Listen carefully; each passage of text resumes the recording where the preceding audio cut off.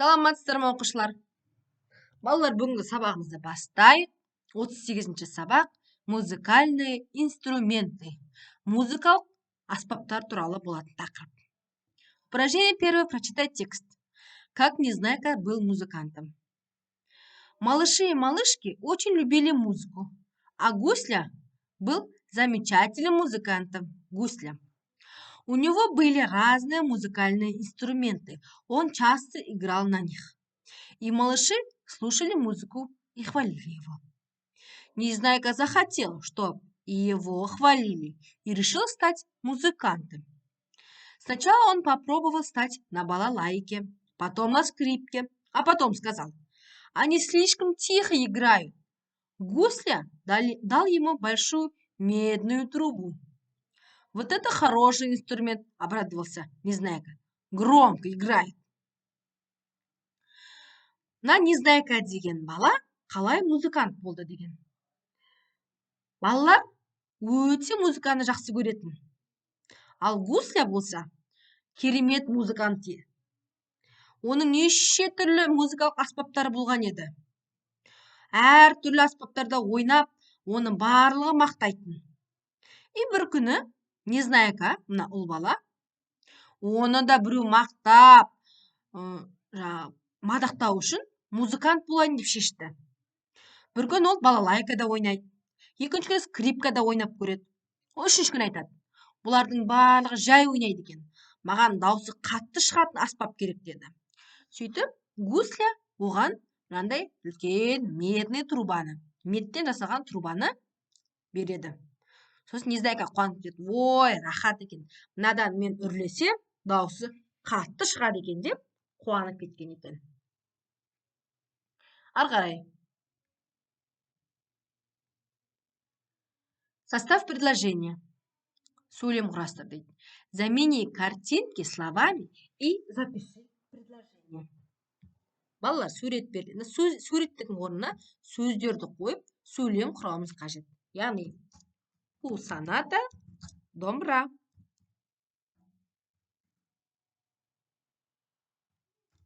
У Димы есть скрипка демейді бұны.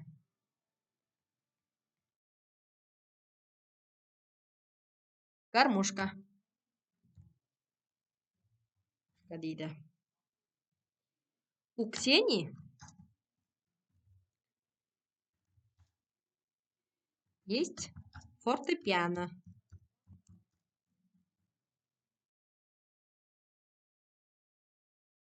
Ары қарай. У Саяна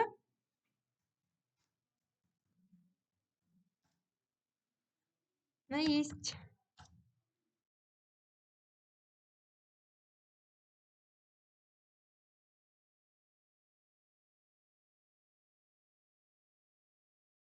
саксофон.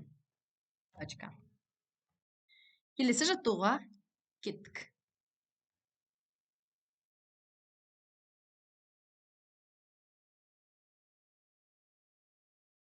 Ал енді балалар, келесі жаттығу поработай с текстом. Мәтінмен жұмыс істе дейді. Раздели его на предложение. Сөйлемдерге бөл дейді. Неше сөйлем болады? Как на письме определить границы предложения? Сөйлем жазған кезде оның аяқталған қайдан білеміз? Енді Сережа учится в музыкальной школе. Ему 9 лет. Мына жерде болады нүкте қойылмаған екен. Соны қойып шығайықшы. Сережа учится в музыкальной школе. Нүкте қоямыз. Ему 9 лет. Нүкте қоямыз. Дома у Сережи есть рояль. Он любит играть и петь. Учитель музыки хвалит своего ученика.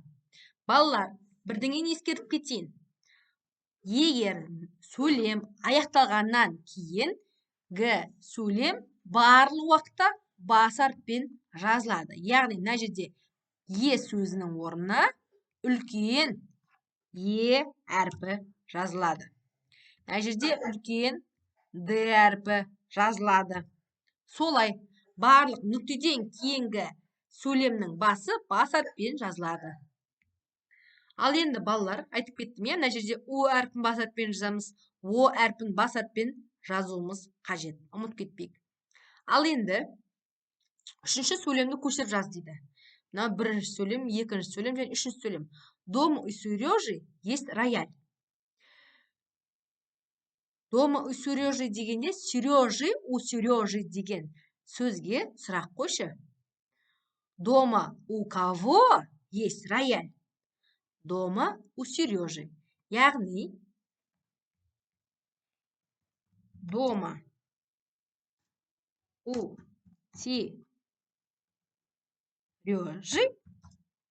есть рояль. Балалар. Енді біз у Сережаға сұрақ қойғанда не деп сұрақ қоямыз деді?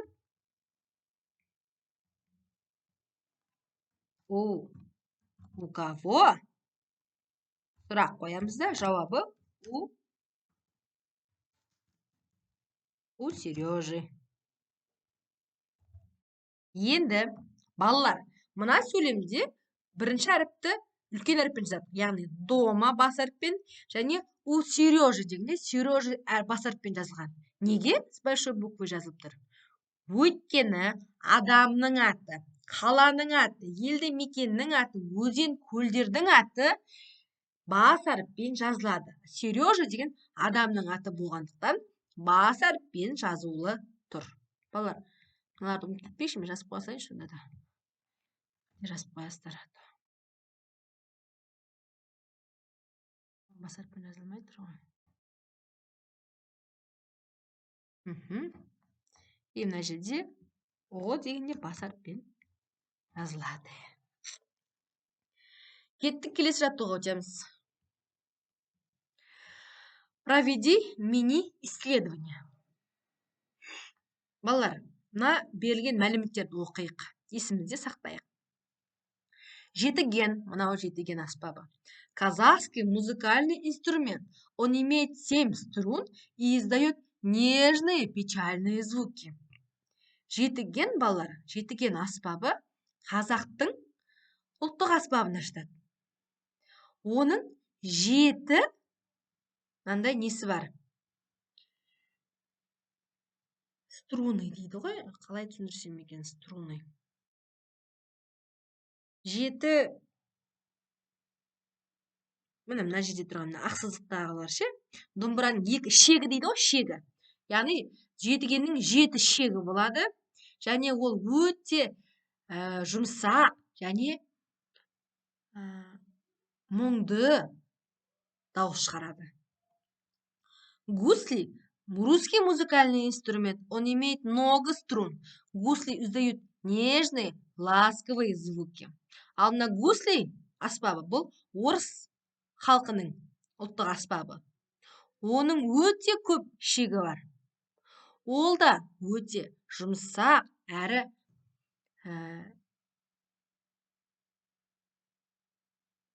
нәзік дауыстар шығарады. Ал балалайка русский музыкальный инструмент. Балалайка издает веселые, задорные звуки. Ал мына балалайкада орыстардың, орыс халқының ұлттық аспабы. Балалайка өте көңілді музыканың дауыстарын шығарады екен. Қарай. Енді келесі кезек бізде домбыраға келіп тұр. Домбыра казахский национальный инструмент. Домбыра издает чистые и светлые звуки. Ал домбыраны бәріміз таныдық, я балалар? Домбыра қазақтың ұлттық аспабы. Ол өте таза әрі анық ашық дауыстарды шығарады.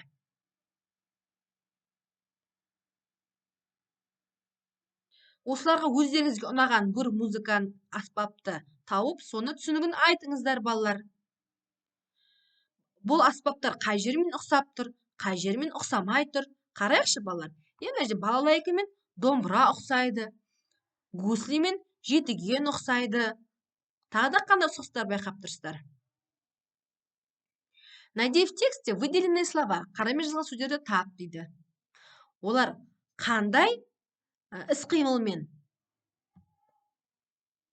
бейнеленеді дейді. Издает, издает және издает деген сөздер қарамен жазылған екен. Бұл қандай іс-қимыл? Бұл жерде домбыра іс-қимыл көрсетіп тұр ма? Жоқ. Бұл жерде домбырады тартқан кезде шығатын әуеннің шығарылуы туралы айтылып тұр. Сондықтан бұл іс-қимыл деп көрсетіліп тұр. Келесі жаттығу. 5-ші жаттығу екен. Секреты таблицы. Балалар, бұл жерде ең оңай жаттығу екен. Өйткені цифра бізде бір, цифра сан. Сколько, қанша деп сұрақ қойғанда біз 1 дейміз, 1 дейміз. Қанша үй бар? Қанша сабақ болды? 1 сабақ болды, 1 урок. Который? Нешінші? Қазақша сұрақ қойғанда. Который? Нешінші? Бірінші дейміз. Какой дейміз? Қандай дейміз? Первый. Қай тұрған бала дейміз? Бірінші тұрған бала. Первый. Екінші, второй. Үшінші, третий. Төртінші, четвертый. Бесінші, пятый. Алтыншы, шестой. Жетінші, седьмой. Сегізінші, восьмой. Тоғызыншы, девятый. Оныншы, десятый.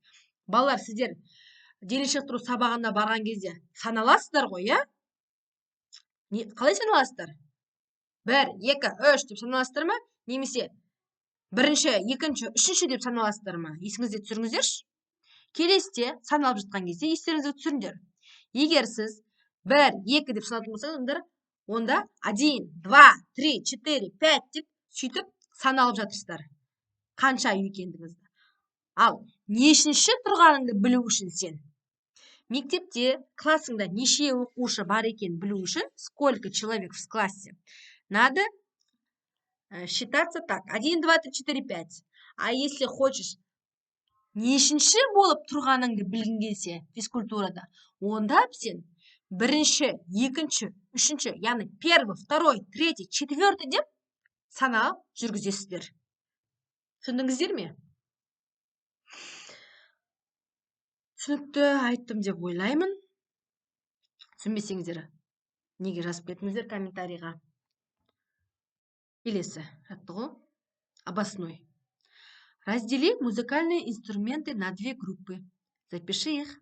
Запиши 2 столбика. Балалар, жаңа сіздерге айтып кеттім. 4 инструментті де біз жаңа осылар туралы мәліметті айттық. Енді осыны 2-ге бөл дейді. Неге 2-ге бөлеміз? Қандай өздерінің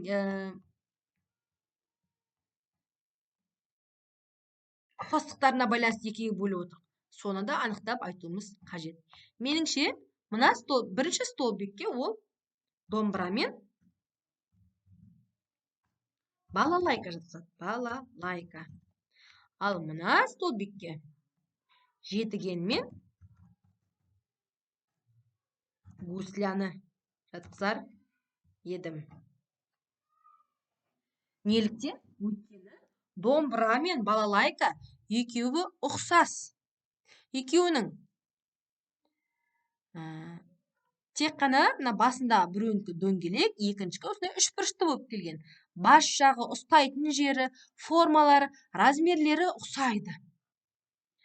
Ал жетіген мен гусляның да екеуі де төртбұрыштыға жақынырақ, орталарында тесіктері бар, үлкен-үлкен. Домбыраларға қарағанда домбыра мен жетігенде тесіктері кішкентай.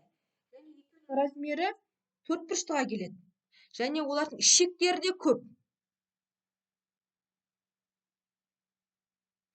Екеуі де мұңды әуендер шығады екеуінен де. Солай келтірсек болады. Осымен бүгінгі сабақ аяқталды, балалар. Түсіндіңіздер деп ойлаймын. Маған менің каналыма подписаться етуді ұмытпаңыздар. Достарыңызға айта жүріңіздер. Түсінбесеңіздер, қайтадан тыңдаңыздар. Осымен бүгінгі сабақ аяқталды. Келесі кездескенше сау, сәлемат.